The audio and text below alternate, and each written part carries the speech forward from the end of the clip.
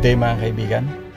I-compare natin itong Toyota Hilux GR Sport na year model 2025 at itong Hilux Conquest 4x4 automatic year model 2024. So tignan natin kung alin sa kanila ang value for money, kung pagpipilian natin itong dalawang magandang sasakyan na to ng Toyota. Okay, so sa harap ng Hilux Conquest na 4x4 automatic is pareho sa previous model na Conquest, pero itong Hilux GRS naman ay iba siya dun sa previous model ng Hilux GR Sport. Sa gulong ay ibang iba at sa suspension ay iba naman itong sa GR Sport. Sa suspension naman ng Hilux Conquest ay yung standard na suspension. Ang wheelbase nitong GR Sport tsaka itong 4x4 Conquest ay parehong extended or nakalabas siya. Nakalabas ang offset ng gulong. Binagay nila dun sa side fenders. At yung monoshock niya na shock absorber ay pareho ng diameter, parehong malaki. Itong GR Sport ay wala itong stabilizer bar. At ito namang Hilux Conquest ay meron siyang stabilizer bar. Ayan, yung sa ilalim na bakal. Pareho silang naka-disc brake sa harap at disc brake din sa likod. Bali itong gulong nitong Hilux Conquest ay upgraded na to mga kaibigan. Size 17 at BF Goodrich 265 65 R17 ang ano niya, gulong niya. Bali ito ang side fenders niya. Pareho sila ng side fender ng GR Sport. Pero yung GR Sport mga kaibigan ay meron siyang vent or intake ng hangin sa harap kasi magkaiba sila ng design ng projector na fog light. Ang GR Sport ay meron siyang brake calipers na may GR design. Tapos yung sa Conquest ay yung standard na brake caliper ng Toyota Hilux. So kung gusto mo ng may forma naman yung dating ng brake caliper mo ay magandang option itong GR Sport. Pero sa braking power or stopping power ay halos pareho lang sila. Kumbaga accessory lang yung design nung sa GR Sport. Magandang accessory nito, very useful itong roof basket na in-upgrade dito sa Conquest na to. Bali, ang presyo nito ay nagkakahalaga ng 42,000 pesos. At yung mags and tires na upgrade sa kanya ay worth 230,000 pesos. Itong Hilux Conquest na 4x4 automatic ay 1,919,000 pesos ang halaga niya. Yung 2024 model ito mga kaibigan. At ito namang nakakabit dito sa GR Sport ay maganda ring accessory na option. Tent siya, worth 16,300 pesos. At yung roof rack na pinagkabitan sa kanya ay worth 25,340 pesos. Itong GR Sport naman mga kaibigan ay nakakahalaga ng 2,178,000 pesos. So meron silang price difference na 259,000 pesos. Ang pagkakaiba nila is yung aesthetics or yung design ng GR Sport.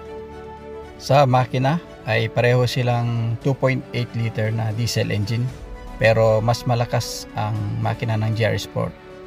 Lamang ng 20 horsepower yung GR Sport sa versus Conquest na 4x4 automatic at lamang din ng 50 Newton meters ang GR Sport. Pero sa lahat ng mga accessories, specifications ay halos pareho sila. Pagkakaiba lang yung GR Sport ay naka-blackout siya, kumbaga sporty ang design. At sa Hilux Conquest naman ay may mga chrome siyang design. Yung Hilux Conquest naman mga kaibigan ay matte black yung ibang kulay niya. At sa GR Sport ay piano black or shiny black. Ayan, ito pa yung isang pagkakaiba nila, may decals na Conquest at sa GR Sport ay wala. Sa likod ay pareho sila sa tail light, pero itong Conquest ay meron siyang garnish sa door opener, sa tailgate opener. Sa GR Sport ay plain lang, pero sa reverse light or integrated na rear lights niya ay parehong pareho. May badging ng GR itong GR Sport, at sa bed liner ay parehong pareho sila. Merong design ng Toyota, at assisted or mag-ang ang tailgate opener o itong rear door niya. Itong GR Sport mga kaibigan ay walang sports bar, kumbaga ganyan lang yung design niya, pero meron din siyang plastic dun sa protection dun sa paint niya. Itong GR Sport or itong Conquest ay meron siyang design na sports bar, at may garnish yung door opener niya, at meron ding light ito mga kaibigan. Yan yung switch ng light. Yan yung gusto ko dito sa Conquest. Meron din yan sa previous model ng GR Sport. Okay, tingnan natin yung loob. Pareho silang naka smart entry system. Ito yung sa GR Sport mga kaibigan. Gray yung design niya or yung lining niya, pero naka leather na armrest na rin siya sa pintuan, at plastic yung mga materials na ginamit sa pintuan niya mga kaibigan, yung mga moldings niya. Si GR Sport ay parang gray na carbon design, at si Conquest naman ay gray na parang wood grain. So ito yung upuan ng Conquest, leather siya, at yung sa GR Sport ay combination ng leather tsaka alcantara. Yan, at meron siyang design na GR sa kanyang headrest.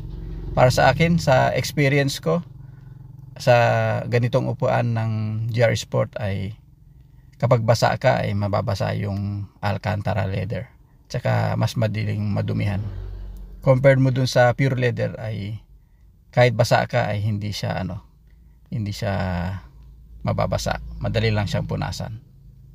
Yan yung interior niya, tsaka sa dashboard almost pareho, pati itong lights niya ay ganyan ang ilaw nila sa dome light or room light.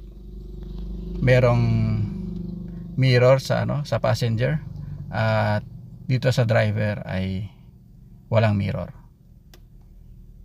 Ayan, yung center or rear view mirror nilang dalawa ay parehong electrochromic. Sa GR Sport ay meron siyang badging ng GR sa kanyang steering wheel, at ito ang start-stop system niya. Yung sa previous na GR model ay yung start-stop system niya ay merong GR na design. Yan yung pagkakaiba nila. At itong meter cluster ay almost the same. Red yung sa pointer ng GR at blue naman sa Conquest. At naka wireless charging na rin sa cellphone itong GR Sport mga kaibigan. Yan yung ventilated or cooling box niya, at yan yung sa glove box naman niya. Okay, tignan naman natin sa likod. Ito yung second row. Meron na siyang aircon vent sa center, at naging gray na yung stitching ng ng upuan niya, pero kulay red naman yung seat belt. Meron pa rin yung magandang hook at back pocket na very useful. So ang upuan nila ay sa driver seat ay parehong powered na 6-way power adjust. Ang cruise control nila mga kaibigan ay parehong adaptive. Meron siyang function na adaptive cruise control, yung nararadar niya or nasa-sense niya kung yung speed nung sa harap na sasakyan ay nag-a-adjust siya or ina-adapt niya yung speed ng sasakyan. At meron din siyang emergency stop system, kumbaga nagpe-brake siya. Lane keep assist, meron na rin silang dalawa. Meron din silang 360-degree camera or surround camera, at yung blind spot system niya. Yung rear cross traffic alert din, meron din. At almost yung driver aids nila ay, o driver assist system nila ay parehong-pareho, mga kaibigan. Kumbaga ang pagkakaiba lang nila ay yung power, yung lakas ng makina, yung accessories ng GR Sport. Sa design ng mags, makaiba rin. Mas maganda yung design ng sa GR Sport. At syempre yung napakagandang feature nilang dalawa, yung 4x4 drivetrain, ay pareho silang naka 4x4, mga kaibigan, with rear differential lock. At meron din silang traction control, at yung downhill and uphill assist meron din silang dalawa. Sa infotainment system ay parehong-pareho sila. Pareho rin silang naka gated type na automatic transmission. 6-speed ang automatic transmission nila, at ang brake system nila or yung handbrake nila ay yung pull lever system pa rin. Magkaiba rin sila ng accelerator at brake pedals. Kumbaga si GR Sport ay meron siyang chrome design, at yung regular na rubber yung kay Conquest.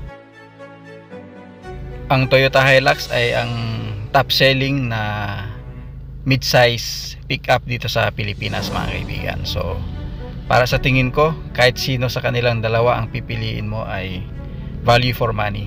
Kumbaga ang presyo nila ay medyo pricey compared mo sa ibang mga brands, pero ang may bibigay niya naman sa iyo ay yung toughness, yung efficiency, yung tibay niya, at reliability, mga kaibigan.